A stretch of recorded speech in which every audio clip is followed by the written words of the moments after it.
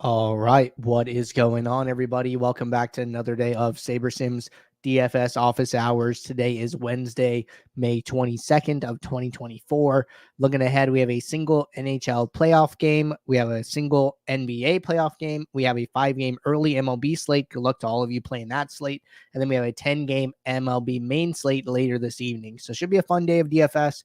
For those of you who are new here, welcome. My name is Andrew. I'm one of the coaches over here at SaberSim. This is a show where we go over how to use the SaberSim app, answer any and all DFS-related questions. Get your questions in one of three ways here. First off, send us an email, support@sabersim.com. Second, post it live in the YouTube chat. Third way, post it in the office hours channel in our Discord office hours channel in our Discord server. If you're not in our Discord, there's a link to join in the description of this video. You also get access to our similar channels, individual sport channels, and you get access to the rest of the SaberSim teams. Can't say enough good things about the Discord. With that said, we do this show Monday through Friday, 4 p.m. Eastern. We do this show on Saturdays at 11 a.m. Eastern. So tune in and get your questions answered. But with that said, apologies if I'm moving a little bit slower today, a little bit under the weather here, but nevertheless, gotta get the show done and got to answer some questions here. So if you guys have questions, now is a good time to get those in the queue, and we'll get to all the questions before the end of the show. Taking a peek here in the office hours channel, not seeing any questions, so thought we could start off here with a demo of how to build some lineups using SaberSim. We did release a video today that I did want to call out because it's just super relevant this time of year here. So if you go to our YouTube channel, which I'm pulling up here in a second. All right, got it on the screen. And in this video section, it came out about an hour ago, Dominate 2024 Playoffs 5-Step Winning DFS Showdown Strategy. So we wanted to get an idea.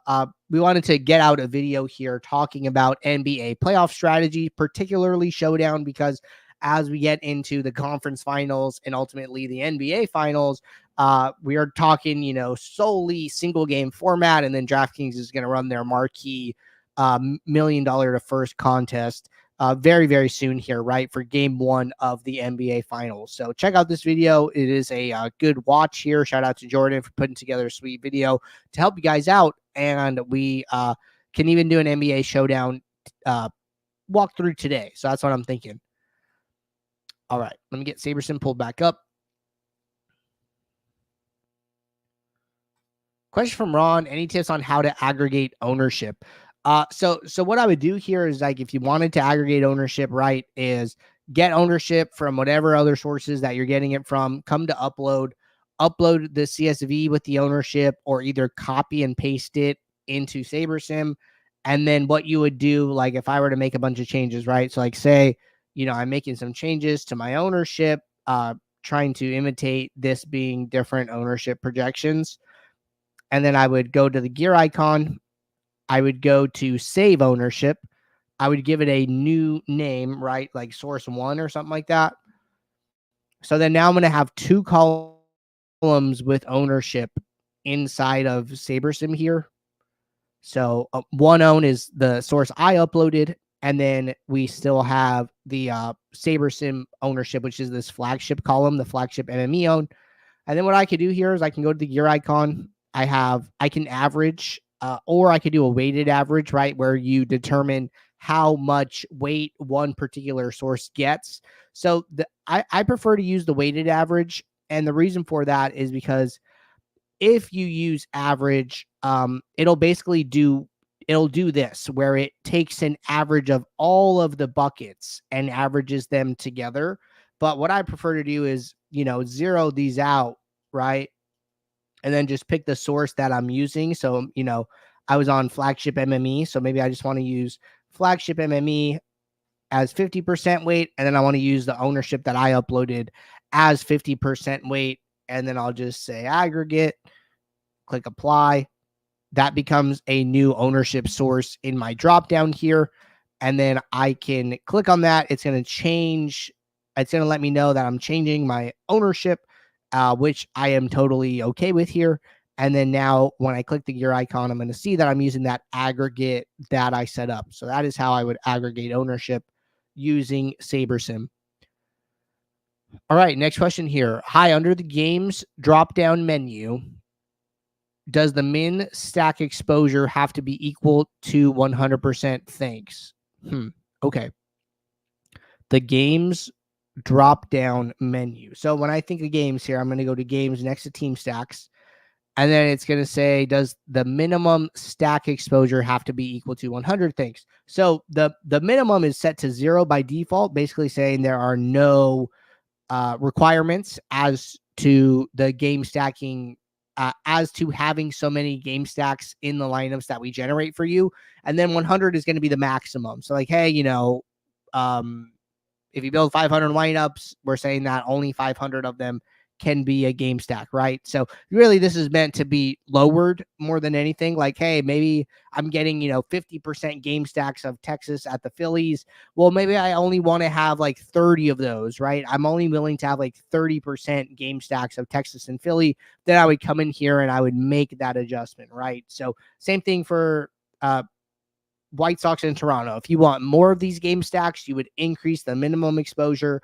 And then if you're getting so many running a default build, like more than you're liking, then I would come in here and just put a cap on it, right? But I see less game stacks, and I typically, you're going to see more of these stacks like in the team stacks, just jamming in one team, depending on, and like I could have Toronto with the Yankees. I could have Toronto with Seattle. I could have Toronto with Tampa Bay. I could have Toronto with Boston. But like I'm getting all of these Toronto stacks, but I'm not getting that many Toronto plus the White Sox is basically what I'm saying. So I think that, looking in the team stacks tab is a little bit better just because you get to see how much of an individual team you're getting rather than just a game environment. But all right, good question there. If you guys have more questions, keep dropping them in the chat. Gonna jump over to NBA Showdown for tonight. And we have this Dallas at Minnesota game for tonight.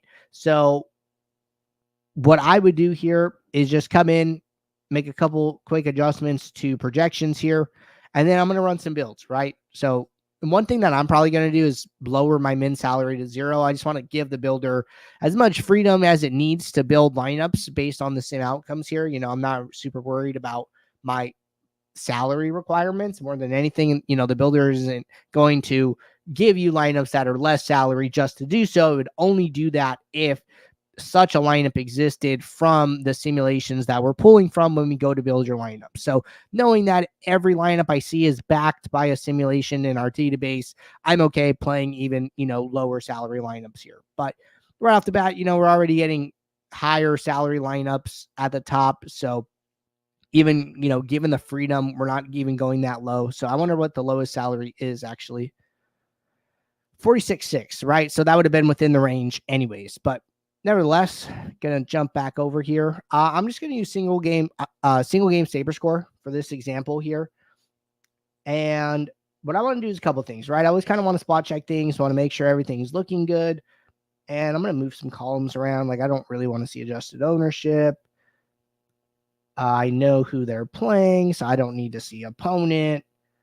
I have the my own column, so I don't need the SS own column. But all right, that just about does it for everything I need to see, right? So I like to see like the ownership of the players in my lineups, exposure, pull, and leverage, and then some of these other stats, right? So all is well so far. So I typically like to start from like a broader view, right? Like looking in like a zoomed out approach and then kind of zoning in as we go along. So starting with stacks, looking in team stacks, and then looking at players, right? So just looking at stacks here, okay, we're seeing like a lot of 4-2 stacks, 3-3 stacks, and then 5 stacks being the lowest. That's like pretty consistent here. Like the 4-2s and 3-3s can swap, but close spread, not seeing that many onslaughts.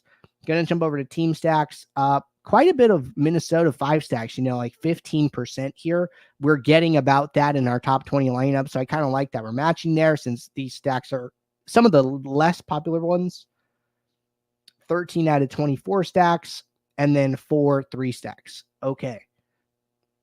Now, jumping over to our captains, probably a good place to start here. So I like to come in here and just kind of sort by pool out of the gate. Like, hey, what captains were showing up the most in our entire pool of lineups? and it looks like it's Luka. He is our most exposed captain as well. I'm fine with that. Looks like taking a little bit of a stand against Anthony Edwards. He is the highest owned captain from what I'm seeing. So it looks like that's probably a little bit of like a leverage play. And then our second exposed captain is going to be Rudy Gobert, just about 10% ownership. So I understand what the builder's doing. It's like, hey, let's fade Anthony Edwards. Let's play some Luka. Let's play some Rudy Gobert and take some shots on these other guys that are still coming up in a good number of pool lineups. So don't think the builder's doing anything crazy here. And I'm going to start by exposure now, just kind of see that. So we see our biggest leverages are Luka and Gobert here with a stand against Edwards. You know, the leverage column will describe that information for you. Jumping over to utility. And so you got to think about this, like when we are paying up for somebody, who are we paying down for, right? So we're paying up for Luka at the captain position, and it looks like our favorite pay down option here is Naz Reid, right? Getting him in 13 of our 20 lineups. He's going to be our highest leverage utility player. And, you know, just scrolling here, we could see that a lot, right? Anthony Edwards, Naz Reid. Rudy Gobert, Naz Reid. Where's the Luka ones? Luka, Naz Reid. So he's like one of our favorite pay down options here at the moment. And then mixing in like other guys at like a lower rate, like Tim Hardaway, 3K salary, 25%. Kyle Anderson, 2,400 salary, 20%. So a lot more like favorited, like it seems like we are favoriting Naz Reid and then mixing in some of these other guys a little bit less. But one thing that you could do here is also pull over the minutes column and just kind of see like, hey, how much are we expecting these guys to get in the game, right? Like Naz, we're expecting like 23 minutes. Okay. You know, that's really similar to somebody like Daniel Gafford, right? And then we go down here, like Hardaway, a little bit less minutes, like 14%, kind of makes sense why we're getting a little bit less exposure to him. Kyle Anderson, 9 minutes, kind of makes sense why we're getting less exposure to him, right? Just like less opportunities overall if they're not on the court. So I don't feel bad about playing this Naz Reid angle here. I think one thing that you can do as well is come in here and adjust your mini uniques. I'm going to jump mine up to 3 here. And that only gets us to lineup number 67 in our pool. So it doesn't take us too far down. Does kind of smooth out some of the exposures that we're seeing here, right? Nick Naz comes down a little bit. Gobert goes up, and then we go back to our captains.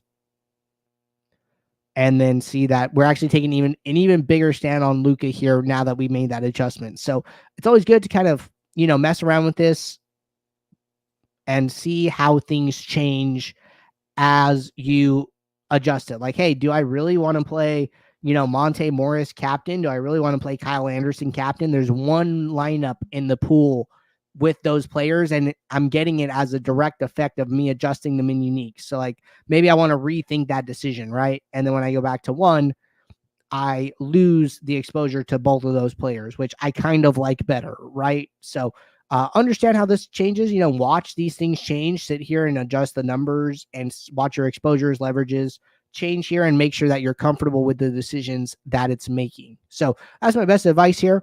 And other than that, you know, I'd be happy to submit these lineups and feel like they are strong lineups based on the Sims here and be ready to rock and roll. So hope that helps you guys thinking about, you know, what helps you guys figure out what to think about building your showdown lineups for tonight.